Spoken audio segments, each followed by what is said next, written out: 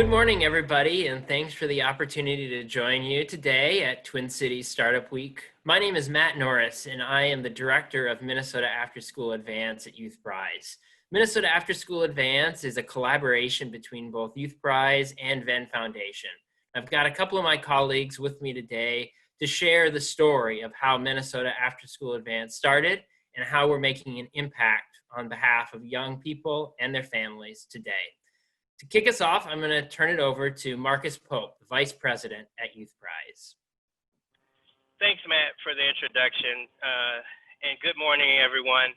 My name is Marcus Pope, as Matt said, Vice President at Youthprise, and my career path has been influenced greatly by my early experience in out-of-school time programs at the Hallie Q. Brown Center in St. Paul, and then working as a teenager for the Science Museum, their youth development programs.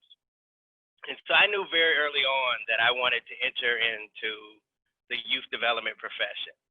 So I started my career, my leadership experience in the nonprofit sector, leading youth development programs around 2002, right before what we talk about as the Armageddon for our out-of-school time. It was the beginning of the collapse of the economy, where we saw the unallocation of state resources. So we saw the only state-funded program for out-of-school time being cut. Now, we all knew that out-of-school time made a big difference. Personally, it's made a big difference in my life. It sparked my interest in youth development to do what I do today.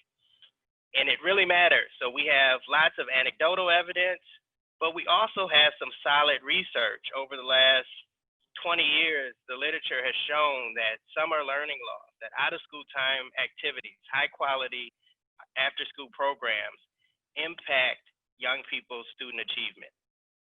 What this graph shows you is, with all things being equal, this assumes that young people are receiving an equally high-quality education and that they're learning at the same rates. And so if you look, there's 3 tiers of young people, and you can see the dramatic decline in achievement based on what happens during the summer. So there's only one thing you get from this presentation. If you're concerned about education, you need to be concerned about young people when they're not in school. We talk about this as the 2,000 hours of discretionary time that young people have when they're not in school. This amounts to about a full-time job. So what we do, the opportunities we provide for young people during this time, is really, really critical. There's another slide that shows the math achievement and what happens with math achievement based on the opportunities that young people don't have during the summer. So you can see this is a critical issue. Knowing this, we have a tool, one particular tool in Minnesota to really address the fact that young people need high quality out-of-school time activities. It's the Minnesota K-12 Education Tax Credit. It covers 75% of eligible costs. A family that's eligible gets about $1,000 per year credit, and the household limit is around $33,500 to be eligible for the full credit. It covers the types of activities that we know are important, such as educational activities, fine arts, performing arts activities, and also driver's education. But there's a fundamental flaw in how the credit works. Families have to pay for activities up front and then receive the reimbursement sometimes more than a year later. Many families don't have the cash flow for this. We talked about the income guidelines in terms of, to receive the full credit, you have to make $33,500 or less per year. So that's the challenge, and that's also the opportunity that we saw. If we look at what is utilized of this credit, only about $11.9 million are utilized on an annual basis. If we fully utilize the credit, that would be $275 million going towards high quality after school, out of school time, summer learning opportunities for young people. So that's the opportunity.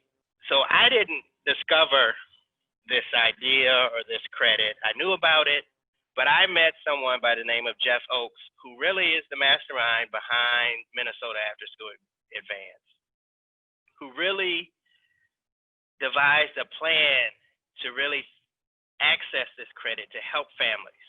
And at the time, he had just started the Ven Foundation, which he'll talk about, but he was looking for a partner to help really make this idea happen. And so we connected, and I learned about this potential to really provide young people with opportunities that have been so important for me in my life and that I know impact young people significantly. And so I was excited as I've ever been at Youthprise to meet Jeff and to learn about this idea and to work together and to strategize on ways to unlock this credit and these opportunities for young people. So with that, I'll turn it to Jeff Ochs, CEO of the Ven Foundation. Thank you very much, Marcus. It's a pleasure to be here this morning with everybody. As Marcus mentioned, I actually learned about this tax credit a long time ago, about 15 years ago, when I was in my first entrepreneurial venture in starting up a educational enrichment program called Breakthrough Twin Cities.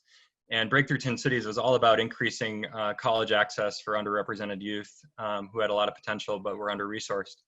And one of the things we tried to do all the time was to connect this group of really promising students with more resources so that they could reach their potential, and became aware of the education tax credit at that time. And so we actually piloted this concept with a single family at Breakthrough Twin Cities, but also really quickly realized that it would take a lot more energy and effort at a systems building level for it to really reach its potential. And so we did not continue moving that pilot forward. But I tucked that idea in the back of my mind and saved it for a later date. But recognizing that there was a lot of potential with that tool. That's been around for 20 years, but as Marcus mentioned, is still very underutilized by families who could be accessing it. As a cross-sector entrepreneur, I went on to invent a party game of all things, and most recently have started the Ven Foundation in partnership with several colleagues. It is an organization that exists to mainstream another tool that's really important, and coincidentally, another tool that is also really important for unlocking the potential of the education tax credit to really advance the educational achievement of these youth. And so Ven Foundation started about 4 years ago, and I had the pleasure of being the founding CEO of that organization. I'm going to introduce you to this tool called program-related investments, because it really goes hand in hand with the education tax credit within this model. So moving to the next slide.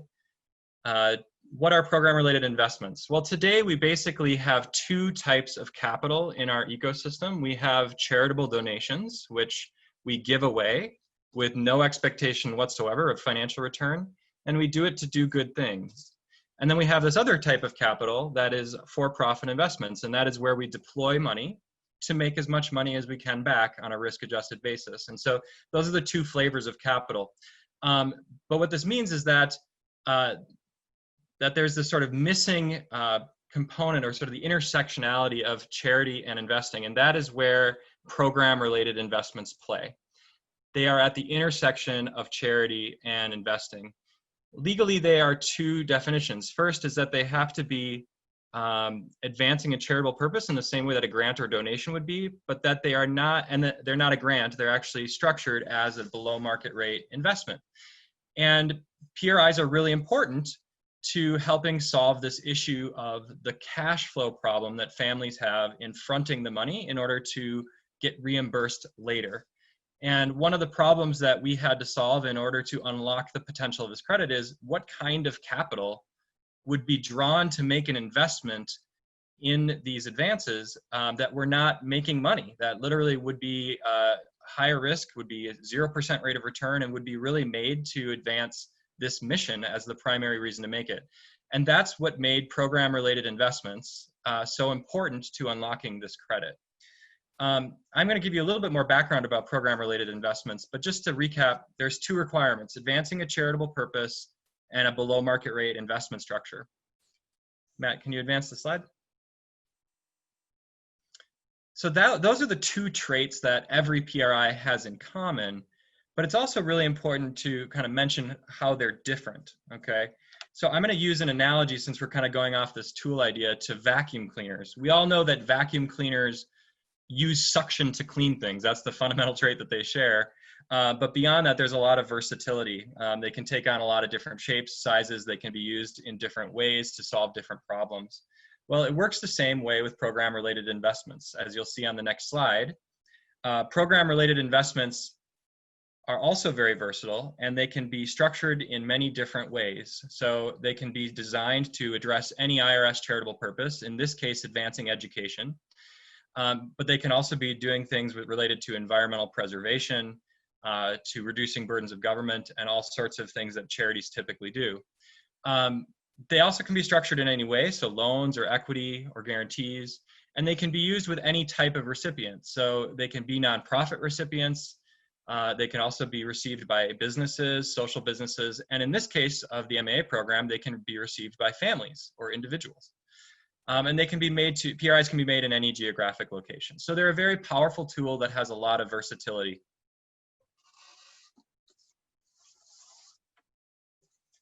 Moving forward, one of the questions we often get is, why would anyone make a program-related investment? Well, from the donor side, the philanthropic side, there's sort of three critical advantages of PRIs. The first are related to tax benefits. Because PRIs are made with charitable money, charitable dollars, you first are donating it. And so because of that, you get the same tax advantages of making a grant or donation. And so in that case, if you're itemizing, it can be a pretty significant deduction. The other tax advantages is that there's no tax on any gains if you make it and you actually do end up getting gains. The second major advantage is that there's only upside.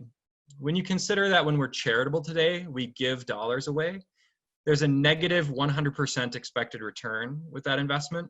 And so when we make a PRI, we are able to look at a below market rate return as actually being really good compared to if we're thinking about it from a market rate side, being disappointed that there's either higher risk and potentially lower return. So it's all about the framing and the fact that there's only upside compared to typical grants. And that leads us to this third point, this third advantage, and that is that you can reuse the money over and over for the same charitable impact. And if we'll go to the next slide, it'll show that in a little bit more of a quantitative form. If you consider if you think about charity as a financial portfolio, which is a little bit odd to do because we don't typically do that, all of our charity, and in Minnesota, that's $6 billion a year, every year that we're giving away. All of that money is in negative 100% return product, and it's used one time. We scholarship students to go to particular camps or to go to have music lessons. But we use it one time, and then the next year we need to replace it with additional dollars. And what PRIs invite us to do is to think about how can we make and advance the same types of impacts as those traditional mechanisms like scholarships, but get potentially more mileage or more use out of each of those precious dollars. And so what MAA is doing, which is really exciting, is that we are, for every dollar that we're putting into play in this, into this model, we actually have the ability to get it back due to the tax credit reimbursement being assigned back to the fund. Matt's going to talk a little bit more about the nuances of that in a minute. But what we're able to do, if it works, is use that same dollar year after year after year after year for additional students and have the exact same impact of allowing them to access these educational opportunities that they would have if we were scholarshiping it, but to do potentially infinitely more of it if it all comes back to be reused. So that's the power of PRIs. It's turning a 0% loan, which would traditionally from a for-profit market perspective make no sense. But when you're comparing it to the way that we're traditionally using charitable dollars one time, is actually a paradigm shift, more impactful due to the extra leverage you get and extra use you get out of each dollar before it dissipates out of the system. So that's the power of PRIs. Can we go to the next slide, Matt? The challenge in the ecosystem today with program-related investments, I mean, hopefully at this point of the conversation, you're as excited about them as I am. The problem is that it's very hard to find PRI capital. In essence, they sometimes feel like an urban legend. Everyone's heard of someone who's gotten it, but hasn't necessarily seen it. the challenge is that it's hard to access. So if you're an eligible PRI recipient, where might you go to get one? Well, the challenge is that individuals, which are 70% of philanthropy, as well as businesses, they can't legally make PRIs directly. So they can't make any investment, no matter how concessionary or below market, and take a charitable tax deduction for it. So those segments of the philanthropic market can't play. Private foundations and donor advised funds, and actually any public charity, have long been legally able to make program related investments over the last 50 years even, but most of those folks don't know about PRIs, and when they do, there's a lot of reasons and challenges for why they don't actually use them. Just to give you one statistic, in Minnesota, out of over 1,700 private foundations, on average only 11 make one in a given year, and the average amount of money is only $9 million deployed out of about 1.3 billion in distributed dollars each year. So it's a very underutilized tool. And that is a challenge that Ven Foundation is really trying to address through its innovative model, which we call PRI syndication. What Ven Foundation does is we are trying to make the market dynamics work efficiently and effectively for both donors and for PRI recipients, so that everybody can make and access PRIs as simply as they would a traditional grant or a donation.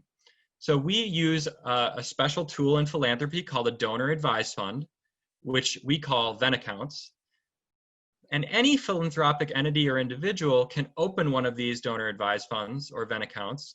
And when they do so, they can capitalize it with a donation or grant.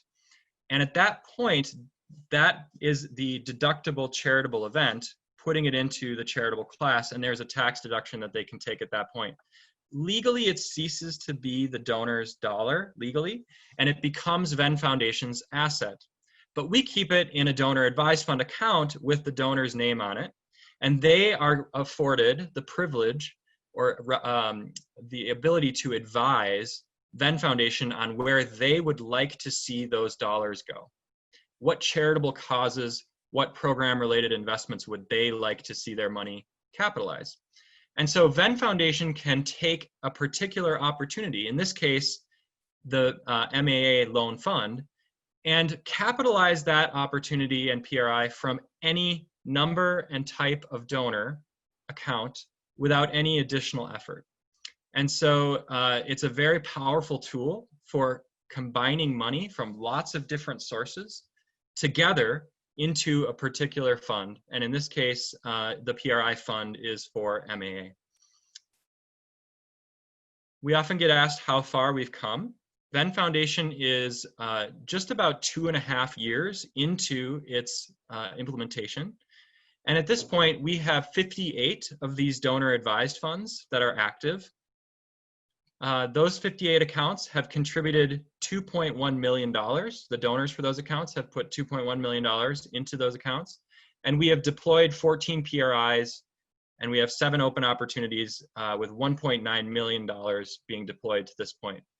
Now, it's important to note that MAA is actually one fund, so that counts as one opportunity, but it has been deployed to now hundreds and hundreds of students individually. I'll leave this topic on program-related investments with kind of another analogy. We often like to call program-related investments the Starship Enterprise of capital. And the reason is because they can go where capital normally wouldn't go, where traditional investors understandably would take a pass, where returns are too low, where risk is too high, where sort of time to liquidity is too long, and they can take risks and do things with capital that normal investors wouldn't. And MAA is a great example of an investment opportunity that can really advance a charitable impact in the same way that a grant could, but still get a return back. And normally a for-profit investor wouldn't make that investment, but charitable investors really would see a lot of potential. So this is just one example of the kinds of PRIs that Ven Foundation is doing, but we're really proud to be a part of this partnership and really appreciate the leadership that Youthprise has exerted in bringing this to the market with us. So with that said, I'm happy to conclude my remarks and to reintroduce and pass the baton back to Matt Norris, who is the director of the MAA program. Thanks, Jeff. So to kind of recap where we are, since 2003, and really even longer than that, we've been struggling in Minnesota to figure out how do we make sure that low-income families have the funding to access those critical out-of-school time programs. We've got one potential tool that's got a lot of opportunity, $275 million of potential opportunity in the K-12 education tax credit, but low-income families can't often use it because of the cash flow barrier. And then on the other hand, we've got PRIs, which are a fantastic tool to help solve that cash flow problem that traditionally as well have been underutilized. And so by bringing those two together, we have created a solution that we believe can really unlock the potential of the K-12 education tax credit and get those dollars flowing to low-income students and their families to make sure they've got access to out-of-school time programming. So typically, if we were doing this in person, this is when we'd have some fun, break out the Monopoly money. I've got a great role-playing game that we would do to showcase how MAA works, but instead, when we're doing it virtually, we're gonna have to settle for some fancy animation here in our PowerPoint slides to demonstrate how it works. So we'll begin with Ven Foundation going to a philanthropist and saying, we've got these great opportunities here. Would you like to open a donor advised fund, a Ven account, and donate some money into a Ven account? And the philanthropist says, sure, I'll contribute $150 into a Ven account. And now that they've opened their Ven account, they've got a number of different avenues or opportunities that they can contribute money to. One of those is making a PRI to the MAA loan fund to help families utilize those K-12 education tax credit dollars. So our philanthropist is going to recommend to Ven Foundation that they put their $150 into the MAA loan pool. Now that, say, summer comes along, and over here with our family, we've got a student, and she wants to participate in a STEM camp this summer. The problem is the STEM camp costs $200, and the family has only been able to save up $50. So they're $150 short. So they go to an organization like Youthprise that they know supports young people, and they say, can you help us with making sure that our daughter can participate in this STEM camp this summer? And we say, yep, we've got this fantastic Minnesota Afterschool Advanced program. We'll cover 75% of the cost. The family's only responsible for 25%. And even if the family can't afford that 25%, all or part of that can be scholarship to further defray the costs and make it accessible to a family. But in this case, let's assume that the family can contribute the 25% or $50 in this case. So the family is going to pay their $50 to Youthprise to hold on to. And Youthprise is going to determine that this family is eligible for the K-12 education tax credit, and then go to Ven Foundation and say, we've got this family that wants $150, 75% of the cost of the $200 camp. Will you make a no interest, no fee loan to this family from the MAA loan pool to make sure that they can participate in this camp? And Ven Foundation says, yep, we'll go ahead and loan that money. They send it over to Youthprise. And so now Youthprise has got the full $200 to send this student to the STEM camp. They're going to pay the service provider directly. And now the service provider is happy. They've got their full $200. The student is happy. She's off to STEM camp this summer. And then the real trick is at the end of the year, we work with the family. We send them the receipts they need to claim the K-12 education tax credit. They include that form with their tax return. And at the end of the year, that adds $150 to their regular tax refund. This is on top of their regular refund through the K-12 education tax credit. So the Department of Revenue gets their tax return. They see that Minnesota Afterschool Advanced through the Ven Foundation loaned them the $150 to pay for the STEM camp. And the Department of Revenue takes that extra $150 that's covered by the K-12 education tax credit and repays it to the Ven Foundation. It goes back into the loan pool. Now the philanthropist has a decision again. They can either decide to pull it out and allocate it to another one of the opportunities at Ven, or they can decide to leave that money in the loan pool to be used again. So maybe next summer, that student, she's now 16, it's time for her to do driver's ed.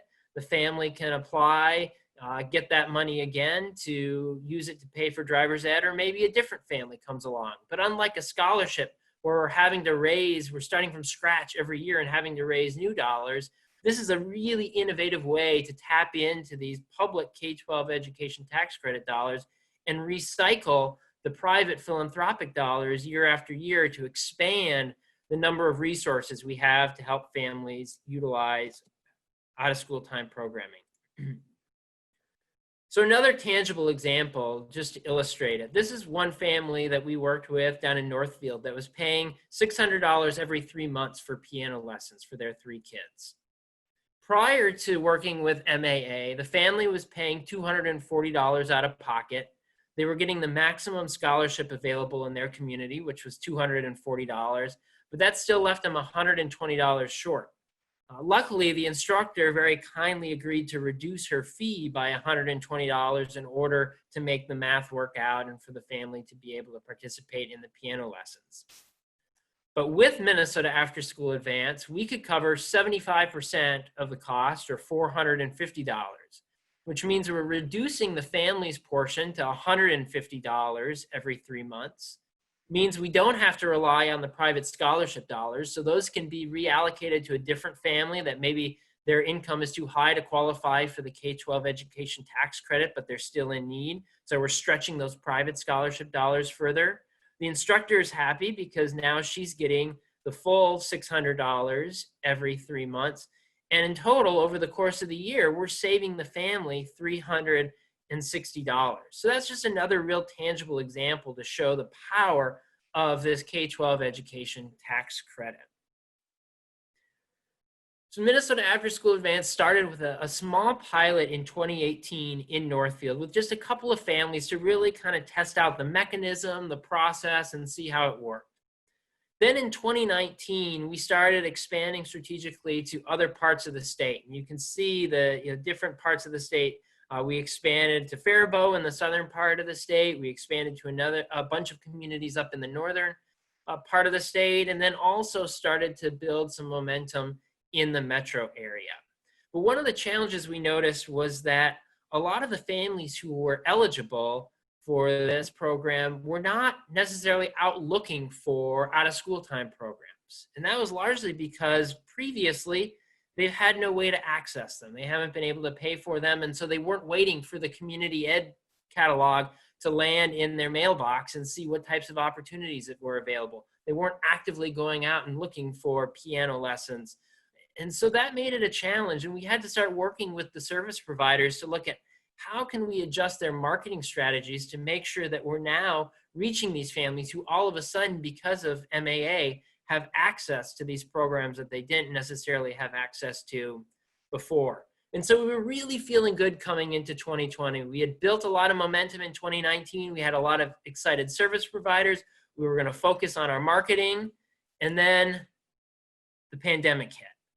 And we started watching as all the out-of-school time programs started shutting down, and we were really kind of discouraged. We felt like we had momentum on our side. This was going to be a big year of growth for us. And we were wondering, well, now what do we turn this year into? And we recalled that that same tax credit that can be used to pay for out-of-school time programming can also be used for up to $200 of computer hardware or software for educational purposes per family per year. It wasn't a lot of money to work with, but it was enough to buy a fairly inexpensive Chromebook. And could we use that to help get devices into the hands of students to assist with distance learning? So we reached out to our partners around the state to see if there was any interest. Some said, no, our district's already a one-to-one district. We don't need that. Others said, yeah, there might be some interest. And so we decided to throw it out there and see if it would stick. And in the first 48 hours, we made it available in March. We had more applications than we did in all of 2019 combined. And after that, it was really off to the races. The demand really remained consistent all throughout the spring. really blowing away the application numbers that we had seen before. It trailed off a little bit in the summer as people diverted their attention to other things.